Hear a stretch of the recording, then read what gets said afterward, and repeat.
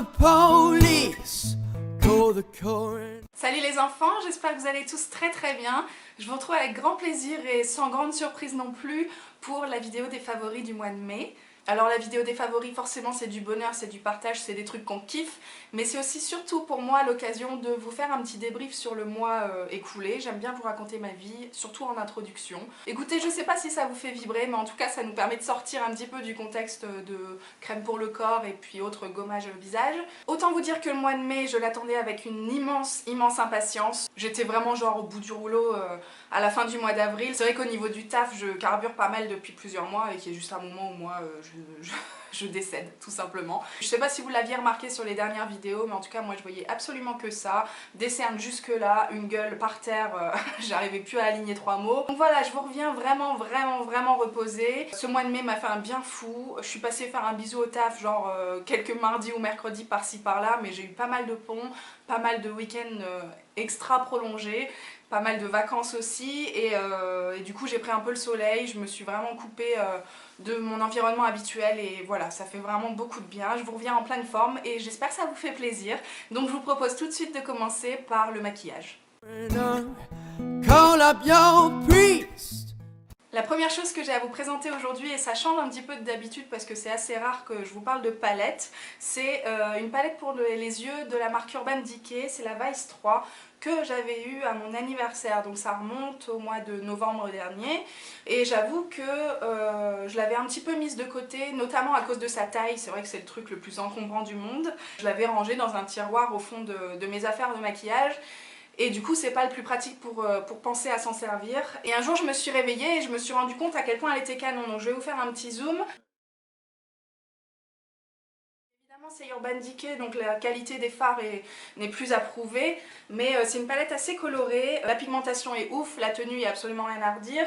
Effectivement, il y a pas mal de teintes très irisées, donc forcément c'est un petit peu poudreux, mais bon, il faut faire attention et puis basta. Ce que j'aime beaucoup, c'est qu'elle sort de l'ordinaire, c'est pas une palette de nude comme on a l'habitude de porter tous les jours.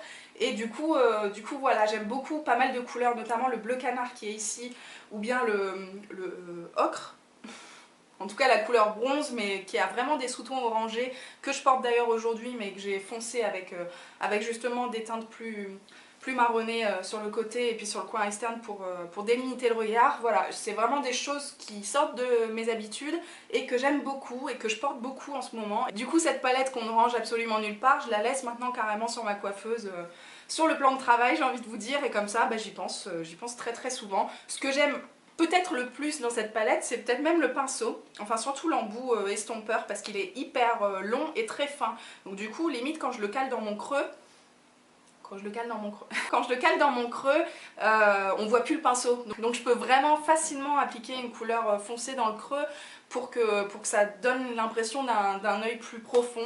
Je sais pas si tout le monde me suit, mais ce pinceau là est vraiment top, et c'est assez rare que j'adore les pinceaux qui vont avec les palettes, donc il me fallait vous le mentionner aujourd'hui. J'ai un gros coup de cœur en ce moment pour cette palette que je porte quasiment tous les jours. Évidemment, il y a pas mal de produits maquillage que je vais vous présenter aujourd'hui, dont je vous ai parlé il y a genre 3 semaines dans le dernier haul beauté que j'ai fait. Notamment ce blush cuit de chez Milani, c'est la teinte 08 Corallina. Comment vous dire que je ne m'en passe plus. Voilà, c'est juste un corail avec des irisés vraiment très jolis et pas non plus hyper agressif. C'est vraiment l'idéal dès que vous prenez quelques couleurs pour rehausser un peu la mine et donner l'impression que tout va bien dans votre vie. Voilà. Je sais pas si un blush peut se permettre ce genre de choses, mais en tout cas moi c'est l'effet que ça me procure. Bonne pigmentation, couleur de ouf, packaging sympa, une marque sympa à l'américaine et surtout des petits prix. Moi je dis oui. Je voulais aussi vous parler de l'anti-cerne Wake Me Up de chez Rimmel.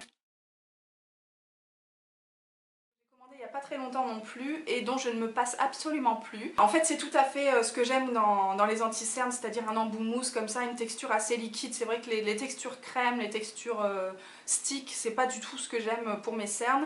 Et c'est vrai que récemment j'ai eu pas mal besoin de camoufler la misère, et du coup ça a été un super allié. Ce que je fais le matin tout simplement, c'est que donc j'applique quelques gouttes vraiment dans le creux de mes cernes, là où la couleur est la plus foncée. Je laisse poser quelques secondes, le temps d'appliquer ma base paupière par exemple, et puis comme ça c'est c'est vrai que la texture se texturise un petit peu. Je ne sais pas trop comment vous expliquer, mais au contact de la peau, ça fait un peu le même effet que quand vous chauffez une matière sur la paume de votre main. Voilà, là c'est un peu le même principe, c'est vraiment pour permettre une meilleure couvrance. Je trouve que la matière accroche mieux une fois qu'elle a séché, mais je vous dis séché, c'est avec 15 000 guillemets, hein. C'est genre vraiment, il faut que ça accroche quelques secondes. Vous faites votre vie et hop, vous revenez et puis là vous tapotez et effectivement je trouve que la couvrance est vraiment au rendez-vous, la tenue est nickel, ça file pas jusqu'à vos genoux. Franchement je suis hyper contente, surtout que ça coûte vraiment pas cher. Puis en plus vous pouvez l'avoir facilement genre sur le site d'Assos, donc on dit oui aussi. Toujours chez Rimmel parce que je crois que c'est une marque que j'aime vraiment de plus en plus. Je m'étais pris le Color Rush. Donc celui-ci c'est la teinte All You Need Is Pink, j'en ai un autre plus fuchsia. Mais ma soeur l'a embarqué, donc comme ça c'est réglé, je peux pas vous le mettre dans les favoris puisque j'ai pas eu l'occasion de le porter depuis que je l'ai. Celle-ci est plutôt framboise, alors je le porte pas aujourd'hui parce que j'ai déjà mis le blush et puis le maquillage de la palette. Il y a un moment, si je porte tout sur ma gueule, on n'est pas au cirque quoi. Donc voilà, vous le verrez prochainement dans d'autres vidéos probablement. Mais voilà, c'est un joli rouge framboise, le format stick comme ça, le format jumbo.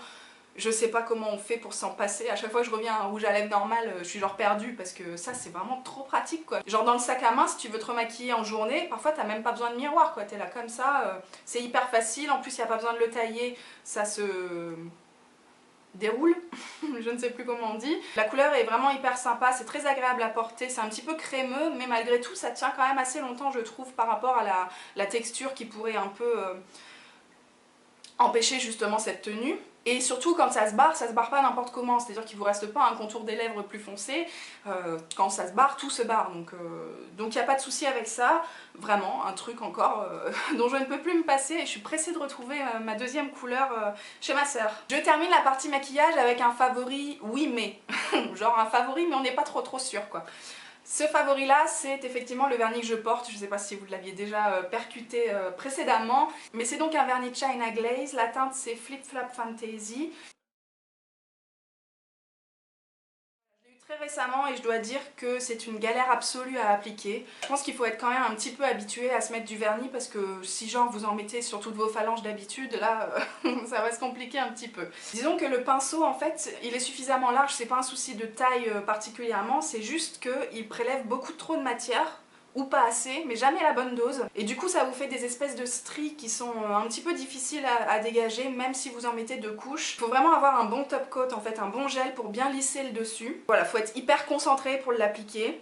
Mais le rendu est quand même chouette quoi. Enfin vraiment le côté fluo, moi c'est vraiment tout ce que j'aime pour cette période estivale. C'est vraiment un truc que j'ai encore jamais vu chez d'autres marques. Alors là vous me corrigez tout de suite si je me trompe, si vous avez des bons plans genre vernis facile à appliquer et fluo. Je suis preneuse, mais j'aime tellement le rendu que évidemment je vais le porter tout l'été et je râlerai à l'occasion quand je l'appliquerai, mais ça c'est normal. Je passe tout de suite à la catégorie soins et j'ai l'immense bonheur de vous présenter mon huile démaquillante chouchou de toute la vie, de tous les temps, de l'univers. C'est effectivement celle de l'Occitane que je vous avais déjà présentée dans un haul. Je vous dis toute la vie, tout l'univers, machin, ça fait juste quelques mois que je me démaquille à l'huile, donc toute proportion gardée évidemment. L'huile avait déjà révolutionné ma vie, sachez que l'huile L'Occitane s'est placée un cran au-dessus. Avant j'utilisais celle de chez Mixa et j'adorais vraiment ce principe-là pour me démaquiller. Celle-ci vraiment c'est genre la révélation quoi. C'est-à-dire qu'elle est un peu plus épaisse et du coup ça rend le moment du démaquillage vraiment hyper agréable, hyper cocooning. En plus ça démaquille hyper vite, hyper bien, ça vous prend pas 15 jours, c'est vraiment un moment chouette et voilà, ça coûte 19 balles par contre. Donc je sais pas si vous connaissez d'autres huiles démaquillantes sur ce même principe, c'est-à-dire assez épaisse, efficace, enfin voilà, tout le tintouin, mais en un peu moins cher, forcément ça m'intéresse, donc c'est pareil, j'attends vos bons plans là-dessus parce que quand elle va se terminer, je pense que ça va être la fin de ma vie quoi. Je vais vous parler aujourd'hui d'un produit dont je vous ai déjà causé mais il y a genre peut-être 3 ans, enfin, à la création du blog, parce que ça fait des années que j'utilise ce truc là, toujours aux mêmes périodes et toujours pour les mêmes raisons. C'est le gel d'aloe vera que je me procure chez Aromazone. Je crois que dernièrement le packaging a changé, donc vous allez peut-être pas le retrouver sous cette forme là, mais le principe est le même. En fait je l'utilise en tant que sérum dès que les beaux jours arrivent, parce que si vous voulez c'est un... Donc évidemment l'aloe vera a des propriétés hydratantes qui ne sont plus à prouver, mais c'est aussi un gel qui me permet de matifier vraiment ma peau. Donc voilà, dès qu'il commence à faire un petit peu chaud, c'est un truc dont j'ai besoin. Est-ce qu'on va se parler de ma transpiration tout de suite? Non, pas du tout. En tout cas, j'aime beaucoup l'effet que ça fait. Dès que je l'applique, ça me fige la gueule, tout en hydratant quand même. Donc c'est vraiment l'idéal pour moi. Et donc en ce moment je le mets quand même en dessous de ma crème de jour habituelle, mais dès qu'il commence à faire vraiment chaud, ça m'arrive de le porter tout seul ou au-dessus de ma crème solaire l'été en vacances quoi. C'est vraiment un indispensable que je rachète à l'infini, donc je me suis dit tiens c'est le moment peut-être de vous en reparler si jamais vous n'étiez pas avec nous il y a 3 ans quoi. Tout est possible. Je voulais vous parler aussi d'un produit que j'ai depuis peu de temps mais dont je ne veux plus me passer pour toute ma vie, donc c'est un peu le thème des favoris. C'est évidemment l'Aqua Magnifica de chez Sanoflore. En tant que lotion le matin pour rafraîchir mon visage, en fait si vous voulez je me nettoie le visage après le démaquillage le soir, je me tartine de crème pour la nuit et quand je me lève, bah forcément j'ai toujours des petits trucs sur ma gueule, mais je ne peux absolument pas me permettre de nettoyer 15 fois par jour ma gueule, donc j'ai vraiment besoin d'une lotion genre purifiante, un truc pour réveiller ma peau justement, et ça fait vraiment très bien le job. C'est un petit peu asséchant je trouve, donc attention selon votre type de peau. Si vous avez la peau vraiment sèche ou déshydratée, ça va peut-être vous agresser un petit peu. Pour toutes les autres, ce truc là c'est juste trop bien. Il y a genre une petite odeur de propre, de ouais vas-y c'est bon tu peux te lever et démarrer ta journée quoi.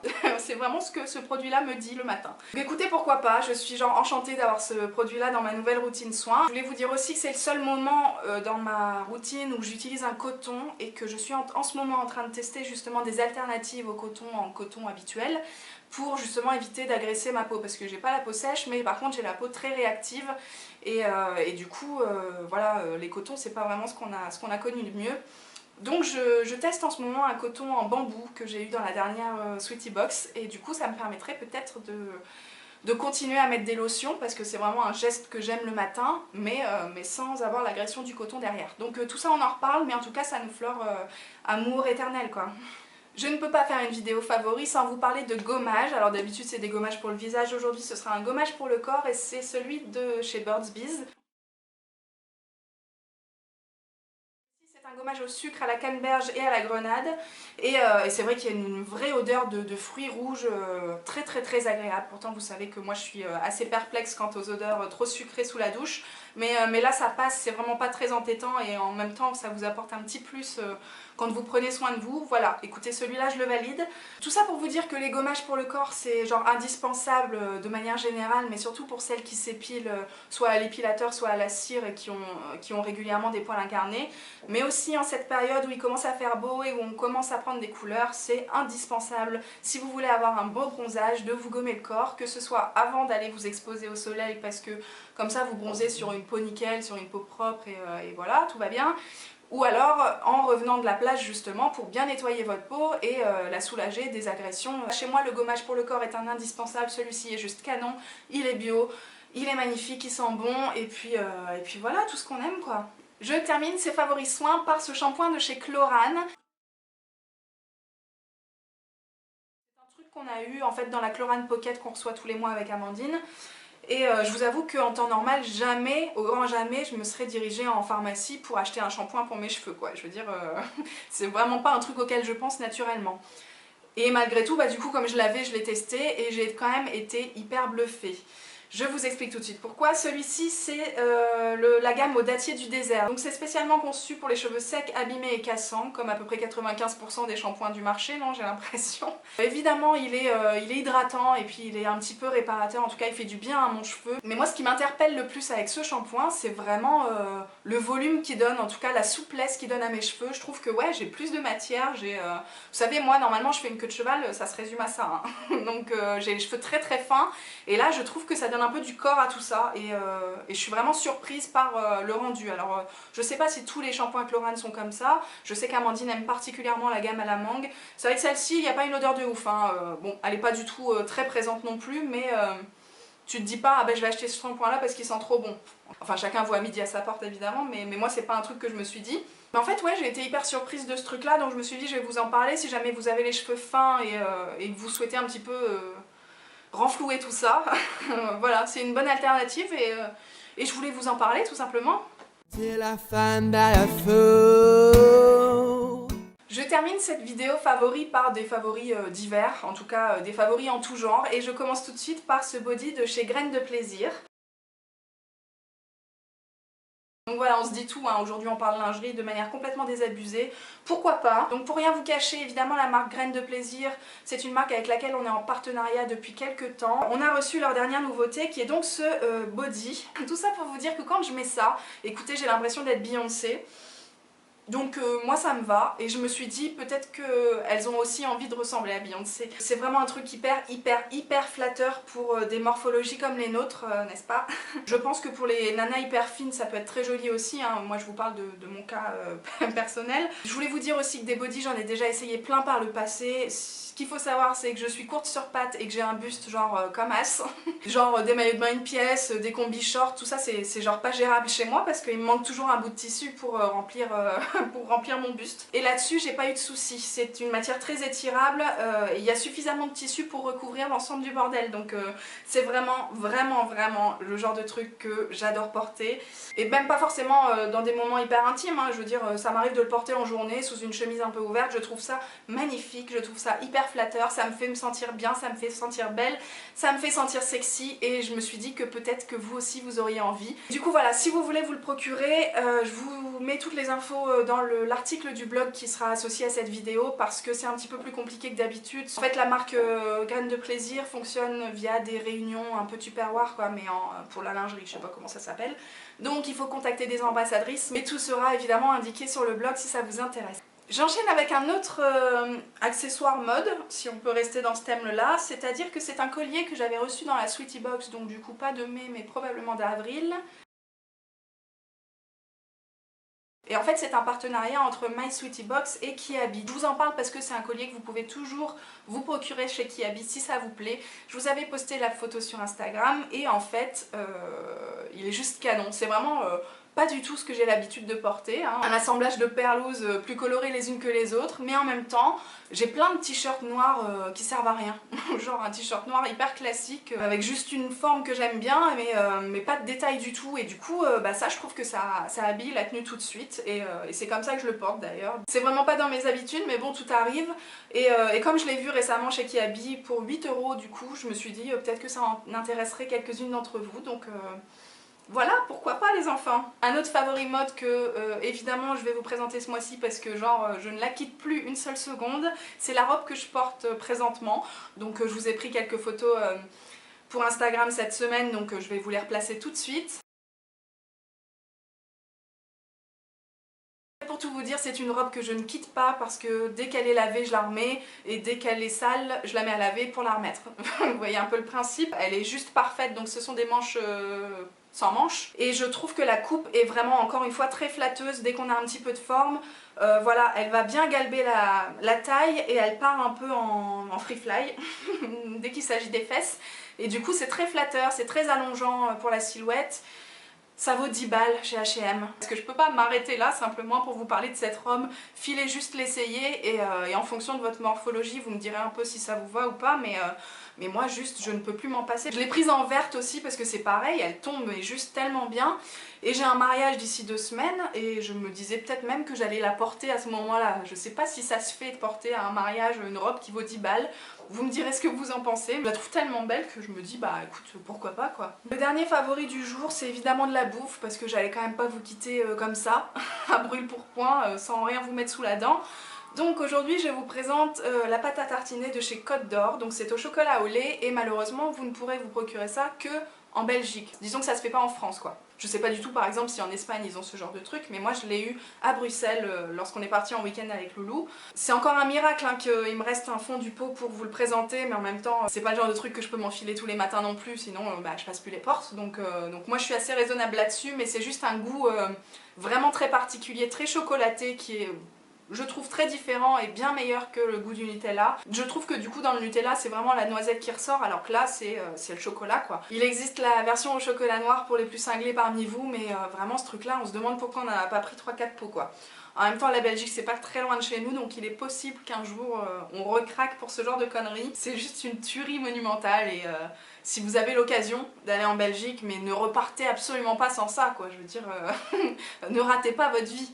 Voilà les enfants, on a terminé avec les favoris de ce mois-ci. J'espère que ça vous a plu, que vous avez peut-être découvert de nouveaux produits ou de nouveaux accessoires mode. J'attends évidemment vos avis, notamment sur les vernis canons, mais absolument galère à appliquer. Si vous avez des conseils ou des bons plans pour remplacer mon huile démaquillante, j'attends évidemment de connaître votre tour de taille à vous, parce qu'il n'y a pas de raison que moi je vous raconte tout et pas vous. Donc voilà, il y avait plein de choses aujourd'hui, j'espère que cette variété vous a plu et je vous dis à très bientôt pour de prochaines vidéos. Ciao! Oh, who did that to you?